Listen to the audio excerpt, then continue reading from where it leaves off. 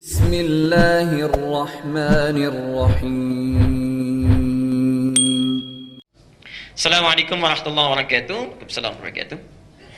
Bagaimana hukumnya membaca Al-Quran yang sedang ramai dibicarakan, yang dimaksudkan dalam langgam Jawa, ya? Sedangkan sikap mayoritas yang dasarnya tidak suka atau menolak, baik benar atau salah, sepertinya perlu mendapatkan perhatian dari ulama kita. Mohon diberikan bimbingan dan arahan dengan hujjah yang dapat dipertanggungjawabkan. Ya, jazakallahu khair, Allah jazakum khair insyaallah. Baik Bapak Ibu sekalian, barangkali pertanyaan pertama ini juga mewakili ya, sebagian dari pertanyaan-pertanyaan yang mungkin akan disampaikan atau ditanyakan di berbagai tempat. Mari kita bedakan dulu dua hal yang terpisah. Ya. Karena pernyataan juga ada pernyataan di kalangan pejabat yang menyampaikan satu pendapat ya, bahwa qiraat dan langgam itu ya, merupakan hal yang sifatnya ada tuntunan dalam agama dan memiliki nilai kreativitas ya. Qiraat dan langgam. Saya ingin garis bawahi dulu, kita mesti bedakan ada yang dimaksud dengan qiraat dan apa yang dimaksud dengan langgam. Ya. Jadi ada qiraat, ada langgam. Ya. Ada qiraat, ada langgam. Kasih banyak. Ada qiraat,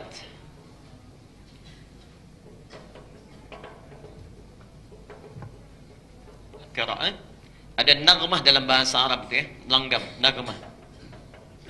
Atau nagham dalam bahasa orang kita, nagham atau naghmah, lagu, irama.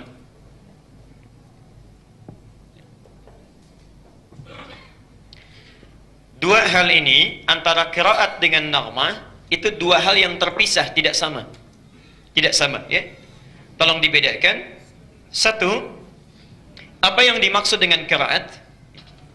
Qiraat itu adalah cara baca Al-Quran, cara membaca Al-Quran berdasarkan dialek Arab yang telah ditetapkan oleh Rasulullah SAW. Ya. Cara baca Al-Quran berdasarkan dialek Arab ya, yang telah ditetapkan oleh Rasulullah sallallahu alaihi wasallam.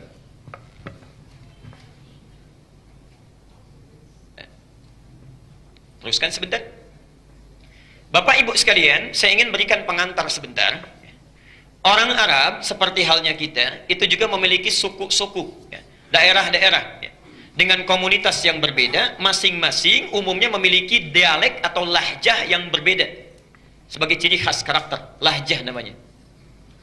Lahjah, dialek.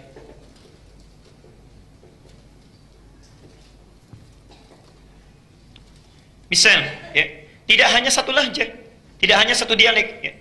Misal saya berikan contoh, sampai sekarang kalau kita main ke wilayah Palestina, kemudian Lebanon, ya, sebagian Syria, atau sampai ke Mosul di Irak, ya, atau sebagian Afrika, itu ada suku Arab yang tidak bisa mengucapkan a, bisanya e. Ya. Kaifa haluk, kaifa halik. Madrasah, madrasah. Ada, ya. Dari zaman Nabi bahkan zaman jahiliyah ada yang begitu. Tidak bisa mengucapkan a, bisanya e. Jadi kalau disebutkan a, e saja. Ya. Ini satu saya. Ada yang tidak bisa hum, bisanya him. Ya. Atau him, mereka sebut hum. Ya. Bahkan ada yang nggak bisa him, bisanya himu. Ada itu ya. Jadi kalau disebutkan him, alaihim, mereka alaihimu. Ya. Ada yang satu suku nggak bisa alaihim, nggak bisa alaihimu, bisanya alaihum. Jadi kalau bilang alaihim, pasti alaihum. Ya. Bisa. Ada yang tidak bisa menyebutkan sin, bisanya sod. Ya. Jadi kalau misalnya, maaf, disebutkan sin, sirat, mereka baca dengan sod, sirat. Ya. Bahkan ada yang tidak bisa sin, tidak bisa sod, bisanya pakai zai. Ya. Dia baca dengan zai, zirat. Ya. Masya Allah. Jadi macam-macam sukunya. Nah, dari sekian banyak dialek ini, secara umum dialek orang Arab itu terbagi pada 7 dialek. Secara umum. Dipetakan ini, dihimpun ini sejak masa Nabi, karena itulah kemudian Quran diturunkan dengan 7 dialek ini. 7 cara baca, ya. 7 cara baca. Karena itu kita kenal sampai sekarang istilah qiraah sab'ah. Ya. 7 cara baca Quran, qiraah sab'ah. Ada 7 rawinya, ya. 7 pembaca Qurannya, kemudian setiap rawi memiliki 2 qari, ya, 2 orang pembacanya. Nah, jangan dikira baca Quran itu satu model, tidak. Ya. Cara baca Quran itu nanti ada 7 berdasarkan 7 dialeknya, cara bacanya. Ya. Misal, kita baca wadduha pakai A. Wadduha wal-laili idza saja ma wadda'aka rabbuka wa ma qala. Ya. Itu qiraat Hafs. Yang baca Hafs dari Asim, satu jenis model qiraat. Ya. Kalau kita mau baca misalnya dengan suku yang nggak bisa A, bisanya pakai E, maka turun riwayat yang kedua. Disampaikan oleh Hamzah, punya 2 murid namanya Khalaf dan Khallad. Atau bahkan nanti muridnya Imam Nafi' namanya Warash, dia baca pakai E. Wadduhi wal-laili idza saja ma wadda'aka rabbuka wa ma qala walalakhiratu khairul laka minal ula. Ibu tertawa. Tapi kalau kita bacakan dengan A pada yang komunitas lisannya dengan E, mereka tertawa. Saya pernah bacakan itu, ya, begitu datang mushaf dari Indonesia, kami mengajar saat di Tripoli, ya, saat mengajarkan wadduha itu cekikikan tertawa. Kok begitu ya katanya bacanya? Karena mereka nggak biasa, ya, masya Allah. Nah, ayat yang dibaca tetap sama, ya rahmatullah. Ya. Ayat yang dibaca tetap sama, maknanya sama, cuma cara bacanya beda. Contoh, maafkan saya, contoh saja, tidak bermaksud membedakan, tapi untuk menampilkan keunikan. Ada orang Medan di sini. Nah, sepeda, dibilang apa biasanya? Sepeda. Ya. Antara sepeda dengan sepeda, bendanya sama nggak? Sama, cuma lisan cara bacanya mungkin yang berbeda satu sama lain. Ya, pengaruh lingkungan, ya, pengaruh tipologi geografisnya dan sebagainya. Ada di antara mereka, tadi saya sampaikan, nggak bisa baca sin. Bilang sin nggak bisa, bisanya pakai sod, ya. Karena itu baca ihdinas siratal mustaqim itu bahkan ada 3 cara. Pakai sod riwayat Hafs. Ihdinas siratal mustaqim, kan? Ada bisa pakai sin riwayat Qalun. Ihdinas siratal mustaqim. Bahkan ada yang tidak bisa pakai sin, tidak bisa pakai sad, pakai zai bisanya. Ada riwayat Qunbul, muridnya Ibnu Katsir. Ihdinas siratal mustaqim, pakai zai, ya. Jadi ada cara bacanya, semuanya sama cara bacanya, ya. Jadi tidak ada yang keliru, diturunkan berdasarkan dialek orang Arab sehingga memudahkan untuk membacanya. Kita yang di sini pakai riwayat Hafs, ya. Yang ihdinas siratal pakai sad, ya. Kemudian pakai alaihim. Di Libya sana, termasuk Tunisia, itu pakai riwayat Qalun, ya. Yang kalau him menjadi himu, kadang-kadang menjadi hum, ya. Kemudian sadnya menjadi sin. Jelas sampai di sini? Ibnu Katsir yang punya tafsir Ibnu Katsir itu bacanya pakai riwayatnya lain, sinnya pakai zai. Ihdinas siratal mustaqim, pakai zai. Masya Allah, ya. Jadi yang dimaksud dengan qiraat adalah cara baca Al-Quran berdasarkan dialek-dialek Arab ini yang telah ditetapkan oleh Nabi. Karena ada dialek tertentu yang tidak bisa digunakan untuk baca Quran. Jelas sampai sini? Baik. 1. Jadi disebut dengan apa? Qiraat sab'ah. Ini sudah ada rumusnya dari ulama, ilmunya ada dalam ilmu qiraat, bukunya sudah dikarang, bahkan nazamnya sudah ada, Asy-Syatibiyah. Saya berikan contoh bukunya ini, ya.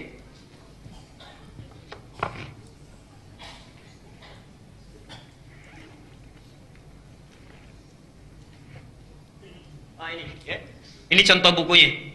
Yang qiraah sab'ah dari Al-Fatihah sampai dengan An-Nas, ya. Bagaimana cara bacanya? Nanti ada yang sama, ada yang beda cara bacanya. Misal bismillah sampai Ar-Rahmanir-Rahim itu sama. Maliki Yaumiddin bisa dibaca dengan 2 cara. Panjang Maliki yang kita baca, bisa pendek riwayat Qalun Maliki Yaumiddin. Boleh, ya. Ilmunya di sini. Kalau yang nggak bisa bahasa Arab, ada bahasa Indonesianya. Sudah diterjemahkan Nazam Syatibiyah karangan Mohsin Ali. Itu 2 jilid pengajar di PT IKI, warnanya hijau. Jilid pertama ada 378 halaman, jilid kedua 314 halaman, 2 jilid warna hijau, ya. Jadi kalau mau belajar ilmu qiraat silakan. Ini yang dasar. Kalau nanti sudah mahir ini tambah 3 yang masyhur. Yang 7 ini boleh dipakai dalam sholat, ya, boleh, ya. Tapi dipakai sesuai dengan keumuman lahjahnya. Kalau di Indonesia umumnya pakai hafaz, maka jangan coba-coba pakai yang lain. Bisa rame nanti. Ya, bisa rame. Saya ngimamin misalnya, kemudian pakai riwayat Warsh. Wadduhi wal-laili idza saja ma wadda'aka rabbuka wa ma qala. Ini kayaknya orang Betawi nih ustaznya nih. Betawi aja nggak gitu-gitu banget ya. Jamaah bisa bubar. Ya. Maka sesuaikan dengan lahjah yang terbiasa. Tapi mesti kita paham ini 7 bacaan dibaca dalam sholat. Ada lagi 3 riwayat yang kedua. Yang ini 7 disebut mutawatir, disepakati oleh ulama, boleh dibaca dan dipraktikkan dalam sholat. Yang 3 disebut dengan masyhur. Masyhur itu jumlahnya banyak yang meriwayatkan tapi tidak sampai ke mutawatir. Boleh dibaca dalam bacaan Quran tapi tidak boleh dibaca dalam sholat. Tambah yang 4 lagi namanya qiraah syadzah. Syadzah itu qiraah tafsir, bacaan tafsir. Nggak boleh dibaca dalam sholat, tidak boleh dibaca dalam Al-Quran, tapi boleh dimaknai dalam tafsir. Jadi jumlah keseluruhan itu ada 14 qiraat. 7 yang disepakati dibaca dalam sholat, 3 hanya baca Quran saja nggak dibaca dalam sholat, dan yang 4 itu qiraah tafsir. Jelas sampai sini? Itulah qiraat. Nah, dalam rangka membaca Quran, baik menggunakan 7 qiraat memilih salah satunya, semua diikat oleh satu hukum Al-Quran, warattilil Qur'ana tartila, mesti dibaca dengan tartil. Mau pakai riwayatnya Hafiz, mau pakai riwayatnya Warsh, Qalun atau Al-Bazzi atau yang lain sebagainya, semua bacaan itu mesti tartil. Tartil sesuai hukum bacaan. Jadi madnya nggak boleh beda. Ada mad arid disukun, bisa 2, bisa 4, bisa 6, ya. Ada makhrajnya, ada sifatnya. Kalau mau baca lewat riwayat apapun, setiap yang baca mesti tartil. Dari tartil inilah muncul ilmu. Saya agak cepat. Bagaimana supaya bacaan Qur'annya benar? Kata Qur'an mesti tartil, ya. Supaya tartil muncul ilmu, namanya tajwid, ya. Namanya apa? Tajwid, ya. Jadi belajar Quran supaya tartil ini mesti belajar tajwid. Di tajwid itu dijelaskan sifatnya, dari mulai hukumnya, dari mulai hurufnya, makhrajnya, sifatnya dan sebagainya, ya. Kita belajar di sana. Jadi kalau Bapak Ibu mau baca Quran mesti belajar apa dulu? Tajwid dulu, ya. Bismillah. Saya teruskan. Nah, orang yang belajar ilmu tajwid, baca Qurannya benar, ya, pasti dari setiap bacaannya itu akan melahirkan irama-irama yang khusus. Nggak mungkin nggak berirama, pasti ada iramanya. Pasti ada iramanya. Ya. Saya beri contoh misalnya, ya. Kita Al-Fatihah saja, Al-Fatihah yang ringan. Baik yang pakai bismillah dijaharkan atau disirkan. Bismillahirrahmanirrahim. Alhamdulillahi Rabbil Alamin. Ya. Baik, pasti ada iramanya. Panjangnya, pendeknya, mad tabi'i cuma 2 harakat, ya. Panjangnya sekian, iramanya sekian. Mad arid disukun pilih bisa 2, bisa 4, bisa 6. Kalau 2 itu pendek namanya qiraah hadar, yang cepat sesuai tajwid. Kalau menengah itu bisa 4 harakat. Kalau panjang tiwal sampai 6 harakat boleh. Alhamdulillahi Rabbil Alamin. 6 harakat. Ar-Rahmanir-Rahim. Misal, ya. Boleh, pasti ada irama. Setiap yang baca Quran sesuai dengan tajwid akan melahirkan irama yang bermacam-macam sesuai dengan hukumnya. Yang paling luar biasa, perhatikan sini. Irama yang muncul saat baca qiraat ini, subhanallah, adalah irama yang sangat khusus yang memiliki karakter sesuai dengan pembacanya dan sesuai dengan latar belakangnya. Ini yang paling luar biasa. Jadi Anda akan menemukan satu-satunya bacaan yang dibaca dengan irama yang khusus, walaupun satu daerah, itu cuma Quran. Cuma Quran. Contoh, orang Jawa dengan orang Palembang dengan orang Sunda, lain kan kalau baca Quran? Baca Qurannya akan lain. Gak usah pakai lagu, akan muncul lagu dengan sendirinya. Kalau panjang pendeknya betul akan keluar. Orang tua dulu dengan yang sekarang itu akan lain. Orang Cina baca Quran dengan orang Jepang akan lain. Akan lain nadanya, tapi tajwidnya semua sama. Jangankan mereka, sama-sama orang Arab saja, lagunya bisa beda. Iramanya bisa lain. Alhamdulillahi Rabbil Alamin. Misal. Alhamdulillahi Rabbil Alamin. Sudah lain lagi. Antara Syekh Sudais dengan Mishair Rasid sudah lain. Al-Ghamidi lain lagi. Ya, Masya Allah. Itu semua orang Arab semuanya. Dan tidak ada masalah. Tidak ada masalah. Nah, yang demikian itu disebut dengan nagmah yang muncul lewat bacaan qiraat sesuai tajwid. Jadi bacaan tajwid yang baik saat membaca Quran akan melahirkan naghmah tersendiri. Jelas sampai sini? Baik. Satu kaidah pertama.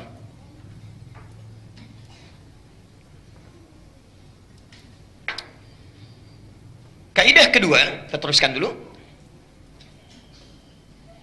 Bapak Ibu sekalian, kalau kita sudah mengerti dasarnya, bahwa membaca Quran itu tidak ada lagu yang khusus, yang penting sesuai tajwid. Kalau baca sesuai tajwid, akan melahirkan irama yang menunjukkan ciri khas pembacanya. Ya. Imam Masjid Al-Ihsan dengan Al-Azhar pasti lain. Ketahuan kalau ngimami, ini pasti Masjid Al-Azhar. Ini pasti imam dari Al-Ihsan, langsung. Karena itulah, dari sejak zaman Rasulullah, sampai dengan zaman kini, para ulama membuat aturan, ya. Tidak diperkenankan membaca Al-Quran itu dengan irama-irama yang sifatnya dikhususkan untuk hal di luar Quran. Misal, ada irama syair. Zaman Nabi dulu ya, bukan zaman sekarang. Zaman Nabi dulu. Dari zaman Nabi, itu selain Quran yang turun dari Allah sebagai bimbingan, ya, ada juga di kalangan masyarakat Arab yang terbiasa bernyanyi. Mereka menggunakan syair. Ya. Quran bukan lirik, Quran bukan lagu, bukan untuk dinyanyikan, tapi dibaca dan dipahami. Dan turunnya Quran sekaligus untuk menepis syair. Ya. Yuk kita lihat. Sebelum masa Islam datang, zaman jahiliyah syair sudah ada. Syaratnya syair itu memenuhi 16 rumus. Ada 16 rumus. Dikenal dengan bahr namanya, bahrun. Setiap rumusnya. Ada yang disebut dengan bahr tawil. Tawilun lahu dunal bukhuri fadailu, fa'ulun mafa'ulun, fa'ulun mafa'ilu. Ya. Ada rajas, mustaf'ilun. Ada ramal, fa'ilatun. Dari rumus-rumus sampai ke 16 ini, di situ mereka membuat syair-syair dan ada nagunya, ada iramanya, ya. Ada naghmahnya, ada musiknya. Ya. Jangan dikira syair itu tidak ada lagunya, syair itu ada lagunya. Ya. Contoh, saya berikan 2 contoh saja misal. Rajas yang mustaf'ilun. Kita berikan contoh singkat. Al-Asma'i punya qasidah namanya Sautus Safiril Bulbuli. Ini hebatnya orang Arab. Lihat benda saja itu bisa membuat syair. Sautus Safiril Bulbuli hayyaja qalbi thamiri al-ma'u waz-zarhu ma'a zahri lahzul muqali fa anta ya sayyidi wa sayyidi wa maulali fa kam tayammuni ghuzayyilun uqayqali qataftuhu min wajnatin min fi'li hadha ar-rajuli fa qala la faqad ghada muharwili wa wal walad wali ya waylali fa qultu la tuwalwili fa bayyinu lu'ali qalat lahu hina kadha in harwadid dhul muqali kahatan kakailali tabtabi tabtabuli. Nah, itu ya enggak apa-apa, silakan.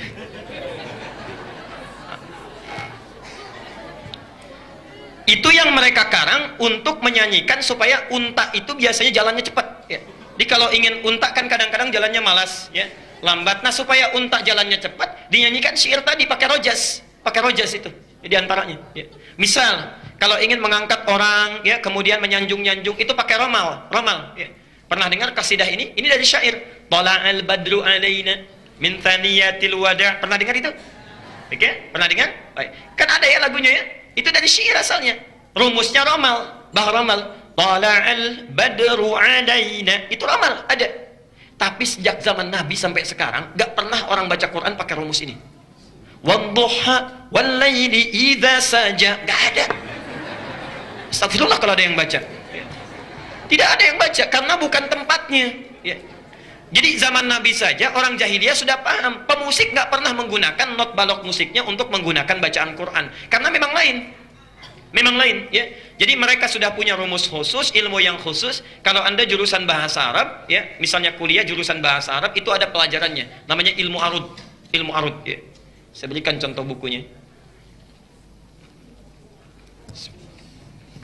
Nah, ini kitabnya. Ya. Ini kitabnya, ilmu arud. Ya. Ada di sini semua cara bikin syair, ya. Yang Anda belajar bahasa Arab di pesantren-pesantren alfiyah itu kan dari sini rumusnya. Ya. Rumus Rajaz Ibnu Malik itu membuat 1000 syair untuk mempermudah belajar bahasa Arab. 1000 bait itu disebut dengan nazam namanya. Kalamuna lafdhun mufidun kastaqim wasmun wa fi'lun thumma harfunil kalim wahiduhu kalimatun wal qawlu am wa kalimatun biha kalamun qad yu'am bil jarri wat tanwini wan nida wa al wa musnadin lil ismi tamyizun hasal bi tafa'alti fa'altu atat wa ya if'ali wa nun iqbalanna fi'lun yanjali. Ada semua. Ya. Kalau orang pesantren pasti belajar itu untuk belajar nahwu dan sarafnya. Jadi ada di sini. Jadi dari dulu pun zaman Nabi sudah ada rumus-rumus untuk membuat nyanyian tapi tidak pernah dipakai melagukan Quran. Karena itulah sepakat para ulama, perhatikan, lagu-lagu yang sekiranya dikhususkan nagmah atau langgam dalam bahasa kita, yang dikhususkan diketahui menjadi ciri khas musik tertentu, dipergunakan pada hal tertentu, maka tidak boleh diperkenankan untuk dijadikan bacaan Quran. Karena itulah di awal abad ke-20, para ulama ahli qiraat berkumpul memilih jenis-jenis nagmah untuk dipelajari yang tidak pernah digunakan pada musik. Muncullah pertama kali alirannya di Mekah, disebut dengan aliran Makawi atau Makki, Makki atau Makawi. Masya Allah. Ada jenis nagmahnya. Misal kita pernah dengar misalnya ada nada-nada Hijaz, Nahawan, dalam baca Quran. Dalam baca Quran ada Hijaz, ada Nahawan dan sebagainya. Itu asalnya dari Mekah, awal abad ke-20. Disempurnakan di Mesir.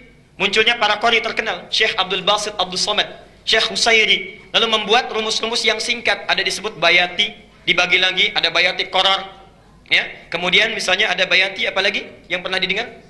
Bayati asli, bayati qarar, ada kemudian soba, ada kemudian Hijaz, ada kemudian Nahawan, macam-macam.